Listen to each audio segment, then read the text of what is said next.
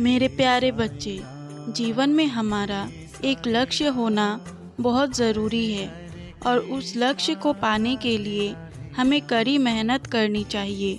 हमें अपने ईश्वर पर पूर्ण विश्वास होना चाहिए कि वो हमें कभी गिरने नहीं देंगे।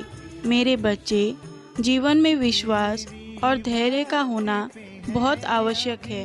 कठिनाइयों का सामना करते हुए हमें ईश्वर पर अटूट विश्वास रखना चाहिए और धैर्यपूर्वक प्रतीक्षा करनी चाहिए। मेरे बच्चे, जीवन में हमेशा सच्चाई और ईमानदारी से आगे बढ़ते रहो। तुम्हें कोई नहीं रोक सकता है। संसार में हर व्यक्ति एक समान नहीं होता। कुछ लोग प्रेम और भक्ति के मार्ग पे चलते हैं तो कुछ लोग छल कपट और धोखे के राह पे चलते हैं। हमें ऐसे लोगों की पहचान करनी चाहिए और उनसे सावधान रहना चाहिए। झूठ का सहारा इंसान ज़्यादा दिनों तक नहीं ले सकता। एक ना एक दिन उसे सच का सामना करना ही पड़ता है। सभी में ईश्वर का दर्शन करो। मेरे बच्चे, सभी प्राणी में ईश्वर का वास होता है, इसलिए हमें सभी के साथ प्रेम, करुणा और सम्मान के साथ व्यवहार करना चाहिए। किसी को भी अपने से छोटा मत समझो। सब ईश्वर के बनाए हुए बंदे हैं। सब एक बराबर हैं। दूसरों की मदद करना और समाज के प्रति अपने कर्तव्यों का पालन करना आध्यात्मिक उन्नति का मार्ग है। जितना साधारण जीवन जियोगे और उच्च विचार रखोगे तो आप जीवन में खुश रह सकते हो। जो कोई भी मेरे शरण में आते हैं उसे मैं बचाऊंगा। जो कोई भी मुझ पर विश्वास करता है उसे कभी निराश नहीं करूंगा मैं। तुम्हारा जीवन सुख शांति से परिपूर्ण होगा, ये मेरा आशीर्वाद है। अपनी मेहनत, अपनी लगन के साथ आगे बढ़ते जाओ। तुम्हारे जीवन में मैं कोई भी अड़चन नहीं आने दूंगा। मैं अपने सभी बच्चों को हमेशा सच्चाई, प्रेम और निष्कपट का मार्ग दिखाना चाहता हूँ। आज के इस कलयुग में कई लोग अपने स्वार्थ के लिए दूसरों को धोखा देते हैं। वो मीठे शब्द बोलते हैं लेकिन उनके हृदय में कपट भरा होता है। ऐसे लोगों से सतर्क रहना चाहिए और अपनी समझदारी से उन्हें पहचानना चाहिए।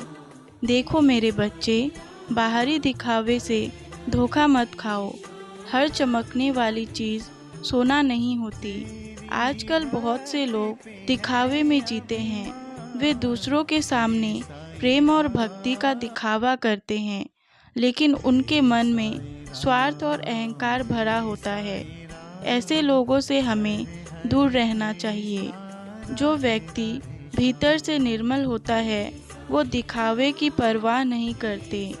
हमें अपने आसपास के लोगों को समझने की क्षमता विकसित करनी होगी ताकि हम धोखेबाजों की चाल में ना फंसे। छल कपट करने वालों का अंत निश्चित होता है। जो दूसरों को धोखा देता है वो स्वयं भी धोखे का शिकार होता है।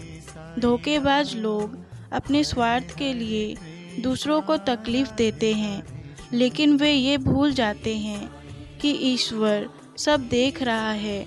हर व्यक्ति को अपने कर्मों का फल अवश्य मिलता है।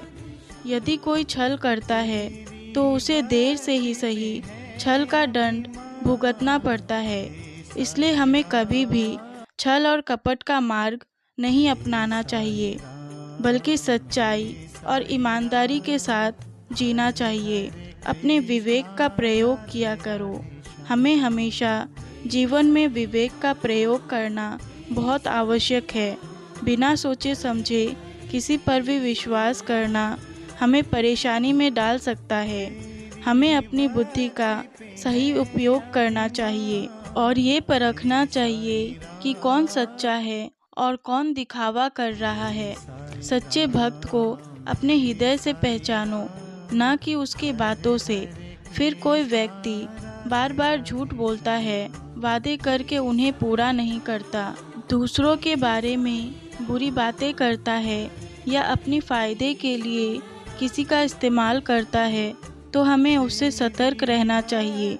क्या करे जब कोई हमें धोखा दे। आज मैं तुम्हें बताने जा रहा हूँ, ध्यान से सुनना मेरे बच्चे। अगर कोई व्यक्ति हमें धोखा देता है या छल करता है हमारे साथ, तो हमें क्रोधित होने की बजाय धैर्य रखना चाहिए। बुराई का उत्तर बुराई से मत दो, जो जैसा करेगा वैसा ही भरेगा। अगर कोई हमें धोखा देता है तो हमें उससे सीख लेनी चाहिए और भविष्य में सतर्क रहना चाहिए। हमें बदला लेने के बजाय ईश्वर पर विश्वास रखना चाहिए। हमें हमेशा अच्छे कर्म करना चाहिए और फल की चिंता नहीं करनी चाहिए।